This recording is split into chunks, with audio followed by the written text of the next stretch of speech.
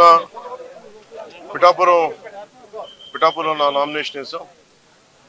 అలాగే ఈ రోజున జనసేన, భారతీయ జనతా పార్టీ, తెలుగుదేశం కూటమి ఉమ్మడి అభ్యర్థిగా జనసేన పార్టీ గ్లాస్ గుర్తు మీద శ్రీ తంగెళ్ళ ఉదయ్ శ్రీనివాస్ ఈ రోజున నామినేషన్ వేయడం జరిగింది. ఇది పాపులర్గా ఆయన టీ టైం ఉదయ్ అంటారు ఆయన. సో అదే రిక్వెస్ట్ చేసాం ఎలక్షన్ కమిషన్ కూడా, టీ టైం ఉదయ్గా ఏమాత్రం పాసిబిలిటీ ఉన్నా దాన్ని బ్యాలెట్ పత్రంలో చేయమని. రూల్ ఒక 56 పేజ్లో ఒక రూల్ ఉంది. సో దాని ప్రకారం చేసుకోవచ్చు. అది కూడా వాళ్ళు కన్సిడర్ చేశారు. ఈ ఎన్నికలు చాలా రాష్ట్రానికి చాలా కీలకమైనవి. వచ్చే ఎన్నిక ఒక 5 సంవత్సరాల కోసం కాదు, ఒక తరం కోసం. ముఖ్యంగా ఓఎన్జీసీ, రిలయన్స్, అలాగే రకరకాల పరిశ్రమలు, కాకినాడ SEZలు, అలాగే ఇంత అపారమైన తీర సంపద ఉన్న ప్రాంతం, విపరీతమైన మత్స్య సంపద ఉన్న ప్రాంతం, ఇలాంటి చోట్ల అనేక సమస్యలు ఉన్నాయి. ఈ ప్రాంతంలో కాకినాడ పార్లమెంట్ అభ్యర్థిగా శ్రీ తంగెళ్ళ ఉదయ్ శ్రీనివాస్ గారు గెలుపు చాలా చాలా కీలకం. అలాగే కొండబాబు గారి గెలుపు కూడా కాకినాడ అర్బన్కి తెలుగుదేశం పార్టీ మీద చాలా చాలా కీలకం. కాకినాడలో రౌడీజం ఎక్కువైపోయింది, గాంజా క్యాపిటల్ అయిపోయింది. ఎటు చూసిన 14-15 ఏళ్ల పిల్లలు కూడా గంజాయిని విచ్చలవిడిగా దొరుకుతూ ఉంది. తల్లిదండ్రులు పడ్డ బాధ చెప్పుకోలేంది. Law and order క్షీణించిపోయింది. మా కూటమి ఇది వైఎస్ జగన్ చెప్పి తను ఒకటిచ్చే హామీ, 5 సంవత్సరాలు అద్భుతమైన మ్యాండేట్ ఇచ్చారు ప్రజలు. ఏ ఒక్కటి కూడా నిలబెట్టుకోలేదు. Law and order క్షీణించిపోయింది. 30,000 మంది ఆడపిల్లలు అదృశ్యం అయిపోయారు. ఉద్యోగాలు లేవు, ఉపాధి అవకాశాలు లేవు, ఏ పథకాలు కూడా సరిగ్గా అందలేదు.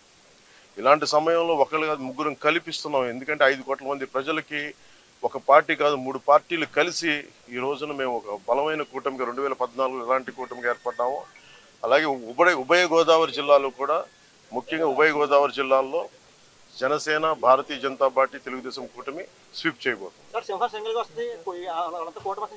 నిన్న చెప్పాను, మనది జంతు ప్రపంచం కాదు, మానవ ప్రపంచం. కాకినాడ పార్లమెంట్ సంబంధించి 7 నియోజకవర్గాల్లో మీ ప్రభావం ఎలా ఉంటది?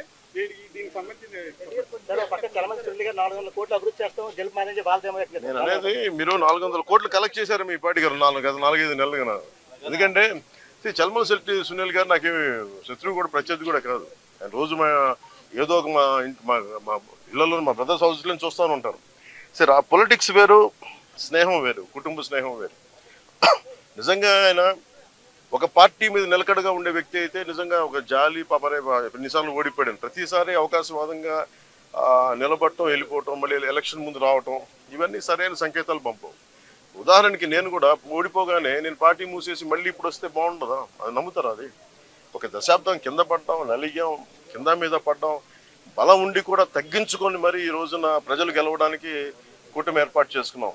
సో చలమల శెట్టి సునీల్ ఆయన వ్యక్తిగతంగా నాకు బాగా తెలుసు, ఆయన పరిచయం బాగా ఉంది, ఉదయ్ గారికి కూడా ఉంది. కానీ కాకినాడ పార్లమెంటుకి అతను సరైన వ్యక్తి కాదు. ముఖ్యంగా సునీల్ గారు చాలా కీలకమైన ప్రశ్నలు కొన్నిటికి సమాధానం చెప్పాలి. కాపు రిజర్వేషన్ని చీకొట్టింది వైసీపీ పార్టీ. అలాంటి పార్టీని రిప్రజెంట్ చేస్తున్నారు. 27 దళిత పథకాలు తీసేశాడు, దానికి సమాధానం చెప్పాలి. దళితులకు సంబంధించి బీసీలకి 34% నుంచి 24% స్థానిక ఎన్నికల్లో తీసేశాడు, దానికి సమాధానం చెప్పాలి. ఇలా 30,000 మంది ఆడపిల్లలు అదృశ్యం అయిపోయారు, అతను దానికి సమాధానం చెప్పాలి. ఏ సమాధానం చెప్పకుండా కూర్చోబెట్టి నేను వచ్చేసాను, నాకు ఓటేయండి, డబ్బులు ఎక్కువైపోయినాయి, 400 కోట్లు ఖర్చు పెడతాం, 200 కోట్లు ఖర్చు పెడతాం, ఓటుకి 10,000 ఇస్తాం, లేదంటే నాయకుల్ని 10 లక్షలు పెట్టి కొనేస్తామంటే వెళ్ళే నాయకులు ఎవరైనా సరే వాళ్ళకి 10 మంది ఓటర్లు కూడా లేరు. అలాంటి వాళ్ళు కొనుక్కున్నారు. సో మేము కోరుకునేది ఏంటంటే, తంగెళ్ళ ఉదయ్ శ్రీనివాస్ గారు ఒక చాలా దిగువ మధ్యతరగతి కుటుంబం నుంచి వచ్చిన వ్యక్తి. ముఖ్యంగా ఇంజనీరింగ్ చేసిన తర్వాత తన స్వయం శక్తితోటి టీ టైం అనే కాఫీ డే చూసాం, లేదంటే స్టార్ బక్స్ చూసాం, లేదంటే బరిస్టా కాఫీ చూసాం. ఇలాంటివన్నీ టీ లీఫ్ అని మన విదేశాల్లో ఉండే ఈ బ్రాంచెస్కి వెళ్ళిపోయింది. అలాంటి ఫ్రాంచైజ్ మనకు అందుబాటులో ఉండేది తను ఒకటి ఎదుగుదల అంటే యోయోలాగా ఒక కాన్సెప్ట్ క్రియేట్ చేస్తే కొన్ని 10,000 మంది బతకాలి, కోట్లాది సంపాదన రావాలి. సంపాదన అంతా ఒక్కడి దగ్గర కేంద్రీకృతమై అదే అభివృద్ధి అనుకుంటే ఎట్లా? బట్ టీ టైం ఉదయ్ చేసింది, తంగెళ్ళ ఉదయ్ శ్రీనివాస్ చేసింది ఏంటంటే, ఒక టీ టైం అనే కాన్సెప్ట్ పెట్టి మన టీ పొడి తయారు చేసుకొని ఎక్కడ డార్జిలింగ్కి వెళ్ళి కింద పడి మీద పడి రకరకాల మిక్స్చర్స్ కలుపుకొని ఏటీ బాగుంటుంది రీసెర్చ్ చేసి ఒక 2-3 సంవత్సరాలు ఒక చిన్న షాపు స్టార్ట్ చేసి అది అందరికీ ఆమోదయోగ్యమైన తర్వాత మేము ఇంకో షాప్ పెట్టుకుంటాం. అలాగ దినదిన ప్రవర్ధమానమై ఈ రోజున వేలాది బ్రాంచ్లు అయిపోయింది భారతదేశం అంతా.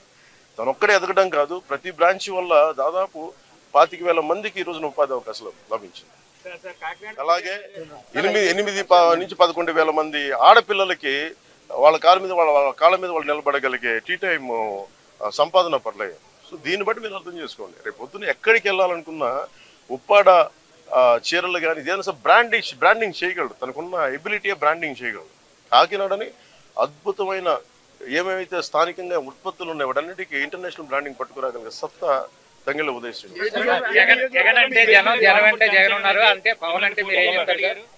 నేను అలాంటి సినిమాలు నేను డైలాగులు చెప్తాను. నేను వస్తే సింగిల్గా వస్తాం, నేను అలా నేను చెప్పను. నేను 10 సంవత్సరాలు నిలబడతానంటే మాట్లాడను, నిలబడి చూపిస్తాను. అలాగే ఓటు చేయలోనే ఇవ్వను అంటే నేనేం మాట్లాడను, నిలబడి చూపిస్తాను. మోడీ గారి వ్యాఖ్యలు ఏదైతే చేశారో అవి చాలా సంచలనంగా ఉన్నాయి. ఏమని ఏదైతే రాజస్థాన్ సభలో బర్మా సభలో అని చెప్పాను. ఒక్కడే దాని మీ స్టాండ్ సార్. అదే చెప్తున్నాను కదా, జగన్ జైలుకి వెళ్ళడం అది మోడీ గారి గ్యారంటీ. అది బర్మార్ సభలో రాజస్థాన్లో చెప్పారు. ఎవరైనా సరే కరప్షన్ చేసిన వాళ్ళు ఎవరైనా సరే జైలుకి వెళ్ళడం తప్పదు. ముఖ్యంగా 30 కేసులు పైన ఈ రోజున ఆయన కూర్చోబెట్టి ఆయన 30 కేసులు పెట్టుకుని బెయిల్ మీద తిరుగుతున్న వ్యక్తి ముఖ్యమంత్రి అయ్యాడు. ఇది మారాల్సిన సమయం, ముఖ్యంగా మనం మారాల్సిన సమయం అది. మనం కనుక కూర్చోబెట్టి కులమనో మతమనో వర్గమనో ఇలాంటి ఆలోచనలతో వెళ్తే మన భవిష్యత్తు నాశనం అయిపోతుంది. అందుకని కూటమి విజయం కలిగి ఆ కూటమి ఆ మార్పు తీసుకొస్తుంది. జయం